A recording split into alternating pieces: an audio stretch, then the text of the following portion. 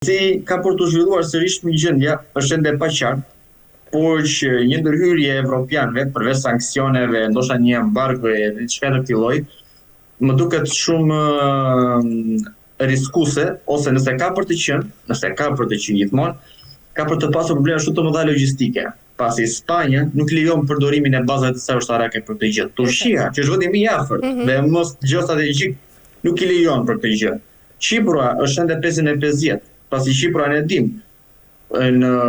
duke mbatur statut saj neutral, ajo u godit prej dronëve izraelit për ta provokuar aleancën edhe Kipër që të hynte në luftë dhe për të suportuar Izraelin.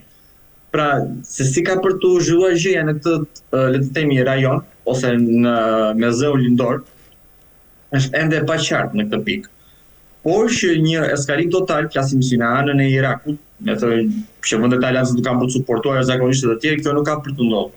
Nuk e besoj që ka për të qenë një aventurë e tillë dhe Evropa nuk ka kapabilitetet për një aventurë të tillë aktualisht. Pasi ata janë sot duke fortifikuar anën lindore, pra kufirin me Rusinë e Bielorusinë, janë duke reformuar ushtrit evropian janë në proces reformimi edhe të riorganizimi dhe njëkohësisht janë në proces riarmatimi.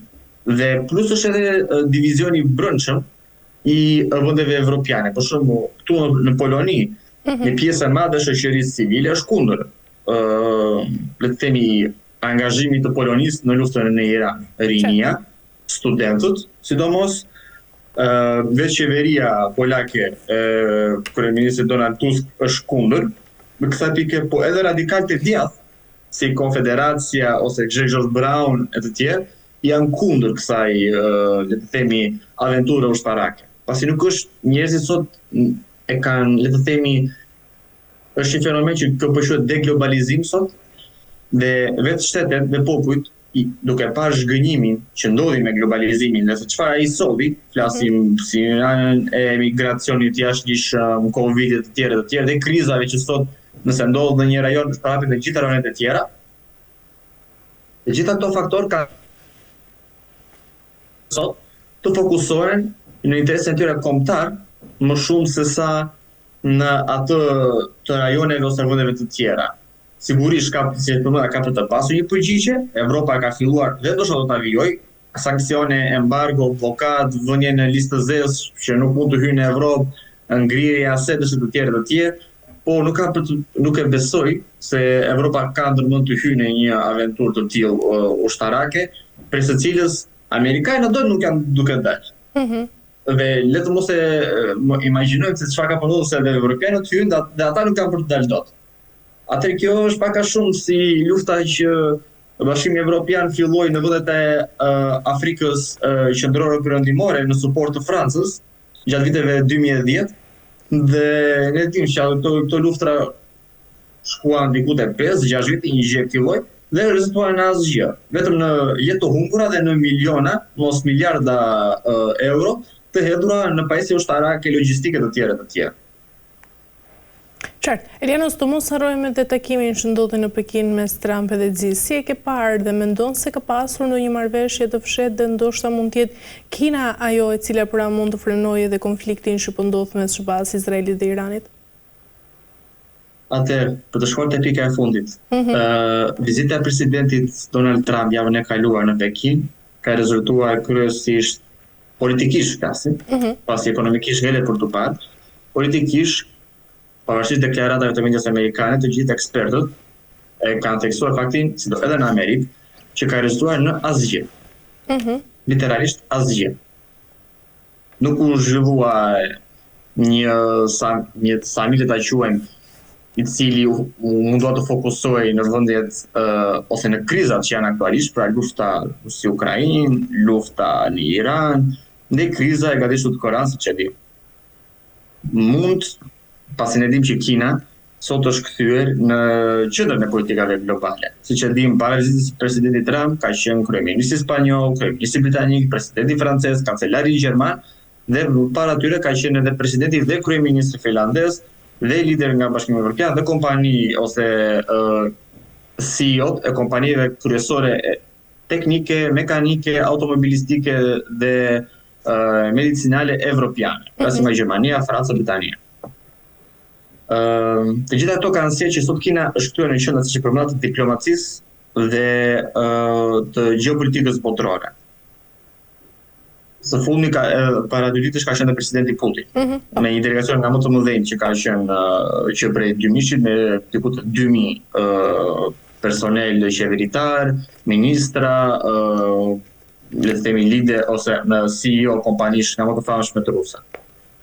Të gjitha këto sigurisht që kanë theksuar rolin e Pekinit, siç e përmenda, por politikisht çka ka prodhuar, siç është pyetja kryesore. Në anën amerikane ka prodhuar shumë pak, ose asgjë, siç e thash. Sigurisht marrëdhëniet janë shkrirë disi. Takimi ka rezultuar në, le të themi, një koordinim më të madh midis amerikanëve dhe kinezëve. Çështja e Taiwanit ka qenë në tavolinë, diskutimi ka qenë deri diku, le të themi, i mirëkuptueshëm me të dyja palët, dhe me disa deklarata të guximshme nga ana amerikane për Taiwanin. Në lidhje me konfliktin lindjen e mesme. Sipas amerikanëve, Kina ka pranuar që të mos ndërhyj në suport të Iranit në këtë aspekt. Kinezët nuk kanë dhënë asnjë deklarat për këtë gjë. Pra, duke ditur presidentin amerikan aktual, me shumë mundësi kjo është një hiperbolizim i asaj çfarë ka ndodhur, ose çfarë është thënë. Qartë. Pasi ai presidenti Trump edhe ka përmendur që presidenti Xi i ka deklaruar që presidenti Putin është penduar për luftën në Ukrainë të tjerë, gjë që është mohuar nga ana ruse dhe nga ana kineze. Pra se çfarë është thënë nuk e dim, ose çfarë mund të jetë thënë nuk e kemi të qartë akoma, pasi asnjëherë s'po thotë të vërtetë deri më tani. Në lidhje me konfliktin në Iran, si përmenda, kinezët vajojnë të mbeten neutral, vijojnë, le të themi që tankerët kineze atë vetëm që sot kanë hyrë dhe kanë dalë të sigurt prej Hormuzit, pra Irani nuk i kanë prekur. Tankerët kinez të transportit të naftës dhe lëndëve të naftës. Por ne mund të aludojmë, për mendimin tim, se roli Kinës në këtë proces paqeje është kyç, dhe sa më shumë që kjo luftë po vijon, sa më shumë që po eskalon, aq më shumë dhe roli Kinës ka përturitur në të. Pasi Kina është i vetmi faktor sot së bashku me Rusinë, por me Rusinë kjo gjë nuk mund të ndodhi, pasi ne dimë që vetë amerikanët dhe evropianët sot janë në një luftë indirekte de facto me Rusinë, me suportin që ata përgjyn Ukrainën, sanksionet të tjerë. Por Kina është faktori i vetëm global i cili sot mund të komunikojë me leadershipin e Iranit, dhe i cili ka marrëdhënie, le të themi, të shkëlqyera me evropianët edhe me amerikanët, deri në farmasën amerikane. Pra, roli i Kinës ka qenë parësor në këtë mes, në të ardhmen, në të tashmen që jemi, nuk është akoma i qartë se çfarë është arritur. Ashtu si nuk është e qartë, presidenti Xi ka për të vizituar Korenë e Veriut në fund të këtij muaji. Tani ka shumë spekulime, le të quajmë kështu, ose teori konspirative që kjo është pjesë e strategjisë me presidentin Trump, pasi presidenti Trump nuk ka dashur të flasë direkt me lidershipin në Teheran, Penjan edhe Moskë. Prandaj edhe Kina ka marrë këtë iniciativë. Ata kanë dakordsuar, sipas çfarë po aludohet në mediat amerikane, mund të jetë dakordsuar që Kina do të jetë, le të themi, akullthyesi në këtë aspekt, që ka për të propozuar ndoshta një summit të dytë midis SBA-s edhe Rusisë, një summit në Pekin. Kjo është propozuar dhe më parë, para Zvicrës dhe Omanit. Edhe para Pakistanit ishte Kina, ishte vendosur si një vend takimi në listë. Mund të ketë një summit militare midis Iranit dhe amerikanëve. Edhe sigurisht që summit të dytë midis presidentit Trump dhe udhëheqësit koreanëve Kim Jong-un.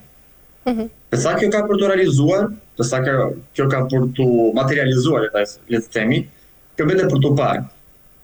Por në kuadër të gjithë kësaj çfarë është duke ndodhur, le të themi, krizës globale dhe kaosit gjeopolitik, mund të themi se kjo vizitë rezultoi pak a shumë në një, le të themi, katalizim të diplomacisë amerikane.